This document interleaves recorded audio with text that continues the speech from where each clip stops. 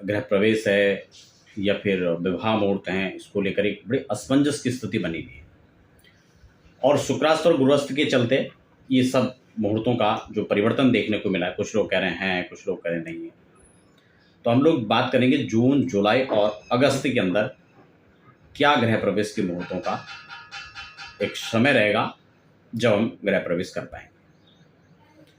देखिए, सबसे महत्वपूर्ण बात जो इसमें समझने की है, थोड़ा उसको हम लोग समझ लेते हैं, फिर मैं डेट वाइज यहाँ पर आपको जानकारी दूंगा। और नए दर्शक है तो निवेदन भी रहेगा कि चैनल को सब्सक्राइब जरूर कर लीजिए, ताकि आपको आने वाली अपडेट्स भी जो अध्यात्म की है, ज्योतिष की या मुहूर्तों की है, वास्तु की है, वो सब आपको मिलते रहेंगे। देखिए, सबसे महत्वपूर्ण बात कि देवगुरु और शुक्र का अस्त होना, शुक्रास्त और गुरुअस्त, जब भी ये अस्त होते हैं तो मुहूर्तों में एक बड़ा परिवर्तन देखने को मिलता है। इसमें भी गुरु अस्त, क्योंकि देवगुरु 2 तारीख को फिर ये आपको उदय हो जाएंगे, लेकिन शुक्रास्त एक बड़ी लंबी अवधि तक इसमें देखने को मिल रहा है 2024 में। तो गुरु और शुक्र दोनों का हालांकि किस प्रकार से गृह प्रवेश में बल देखा जाता है, उसकी गुरु की ज़्यादा यहाँ पर महत्ता है या ज़्यादा भूमिका शुक्र की रहेगी, ये भी मैं आपको पिछले कार्यक्रम के माध्यम से मैंने आपको बताया था। तो इसमें गुरु बल बहुत महत्वपूर्ण होता है। खैर, अब मैं आपको यहाँ पर सिद्धिदात्री पंचांग है जो ऋषिकेश से ही प्रकाशित होता है, और इसमें प्रत्येक तिथि जो यहाँ पर अंकित है मैं उसके हिसाब से ही आपको बताने वाला हूँ, ठीक है ना। हालांकि वर्ष भर के मुहूर्त पर मैं पहले भी चर्चा कर चुका हूँ, लेकिन अभी जून, जुलाई और अगस्त 3 महीने की हम बात करेंगे। जून में हम यहाँ पर देखें तो 7 जून का जो मुहूर्त है वो यहाँ पर दिया हुआ है, क्योंकि तब देवगुरु उदय हो चुकेंगे, जबकि शुक्र अस्त होंगे, ठीक है ना।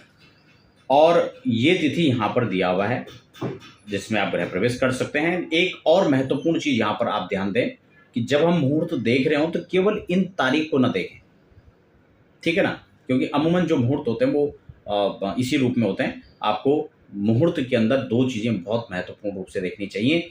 सबसे पहला तो आपका राशि के अनुसार वो मुहूर्त शुभ होना चाहिए। राशि के अनुसार कैसे शुभ हो, इसमें आपको जैसे कि यात्रा में हम जो चंद्रमा है उसके मुख का विचार करते हैं कि वो चंद्रमा आपकी किस दिशा में पड़ रहा है, दिशाओं का विचार करते हैं। सम्मुख चंद्रमा है, वाम चंद्रमा है। और जब हम गृह प्रवेश मुहूर्त की बात कर रहे हैं या किसी मुहूर्त की हम बात कर रहे हैं, तो उसमें हम अपने राशि के हिसाब से चंद्रमा 4, 8, 12 विशेष करना हो, इस प्रकार के आप जो हैं इसमें ध्यान रखें। छठे चंद्रमा को भी आप प्रत्यक्ष कर सकते हैं, ठीक है ना। तो 4, 8, 12 का तो विशेष त्याग होना चाहिए। और लगन, क्योंकि सर्वे दोषा विनिश्यन्ति लग्न शुद्धे यदा भवे, क्योंकि एक पर्टिकुलर अच्छे लगन में आप गृह प्रवेश करेंगे जो आपके लिए अच्छा हो, शुभदायी हो, फलदायी हो, और उत्तरोत्तर आप उस घर में आप हर चीज में आगे बढ़े। तो इसलिए एक अच्छे स्थिर लगन, ताकि वहाँ स्थिरता से आप रह सकें। उतावलापन, उच्चाटन और दीर्घ समय तक बीमारियां, दीर्घ समय तक खर्चे और अव्यवस्थित होना, वो स्थिति ना बने। तो यहाँ पर जो मुहूर्त हैं उसमें 7 जून का पहला मुहूर्त यहाँ पर मैंने आपको बता दिया, जो कि ज्येष्ठ शुक्ल पक्ष में पड़ने वाला है, ठीक है ना। और 12 महीने में जो श्रेष्ठ महीने होते हैं उसमें ज्येष्ठ का भी एक नाम है, ठीक है ना। तो ये आपके लिए अच्छी बात है।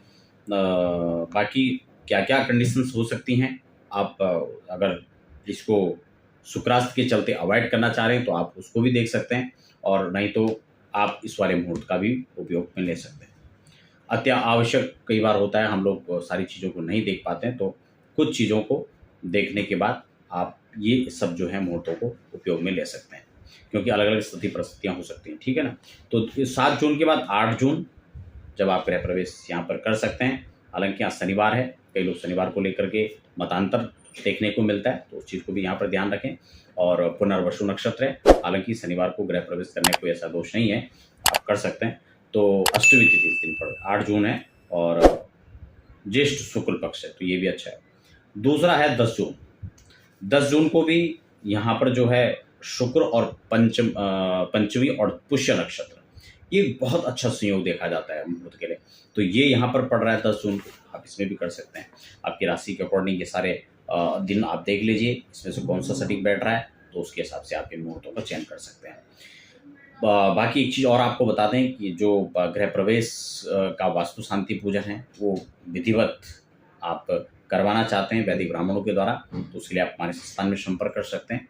और मुहूर्त यदि आप पर्टिकुलर अपनी राशि के हिसाब से और ये सब चीज़ें सूत्रों पर आधारित आप उनको निकलाना चाहते हो तो उसके लिए भी आप संपर्क कर सकते हैं, जो लगातार नीचे प्रेस हो रहे हैं। देखिए उसके बाद 15 जून का यहाँ पर मुहूर्त दिया गया है, जिसमें ज्येष्ठ शुक्ल और दशमी का संयोग है, बहुत अच्छा है। हस्त नक्षत्र यहाँ पर रहने वाला है, यहाँ पर भी शनिवार देखने को मिल रहा है, तो ये भी यहाँ पर है।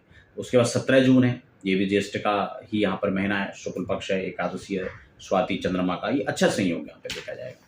19 जून ये भी ज्येष्ठ में पड़ रहा है, ठीक है। उसके बाद 20 जून ये भी ज्येष्ठ शुक्ल के अंदर पड़ रहा है, तो ये बहुत अच्छा जो है यहाँ पर तिथियां हैं। अगली तिथि यहाँ पर दी हुई 21 जून, ये भी ज्येष्ठ के अंदर है। 22 जून यहाँ शनिवार मूल और ये पूर्णिमा का संयोग यहाँ पर दिया हुआ है, तो ये भी है। उसके बाद 22 जून के बाद 24 जून है, ये आषाढ़ का महीना लग जाएगा, ठीक है। आषाढ़ कृष्ण पक्ष होगा, उत्तराषाढ़ है, ये बहुत अच्छा संयोग है।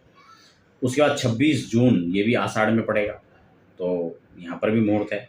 हालांकि यहाँ पे धनिष्ठा नक्षत्र है, कुछ लोग सोचेंगे पंचक लग चुका है, क्या पंचक में करना चाहिए नहीं करना चाहिए, तो मैं हालांकि इस पर विस्तार से पहले जानकारी दे चुका हूँ और पंचक में कोई इसका दोष नहीं है, क्योंकि उत्तरा भाद्रपद है, रेवती है, ये तमाम नक्षत्र पंचक के अंदर ही पड़ रहे हैं और उत्तरा भाद्रपद आदि को बहुत श्रेष्ठतम स्त्री संज्ञक नक्षत्रों में माना गया है।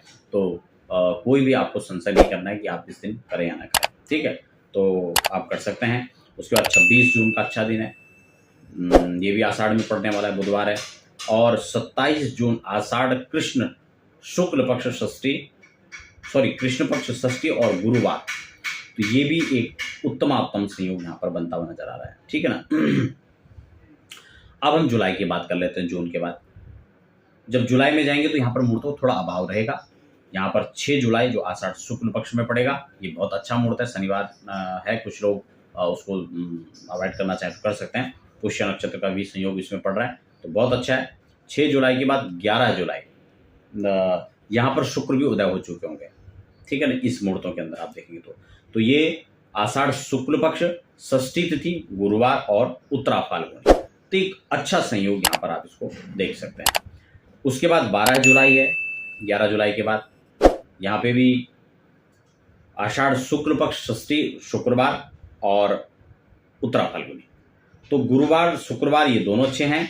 और आपका यानी 11 और 12 जुलाई डेट के हिसाब से देखा जाए, ठीक है ना। 17 जुलाई को हम देख लेते हैं, तो यह भी आषाढ़ शुक्ल पक्ष के अंदर एकादशी में पड़ रहा है, ये भी अच्छा संयोग है, आप इस दिन भी कर सकते हैं।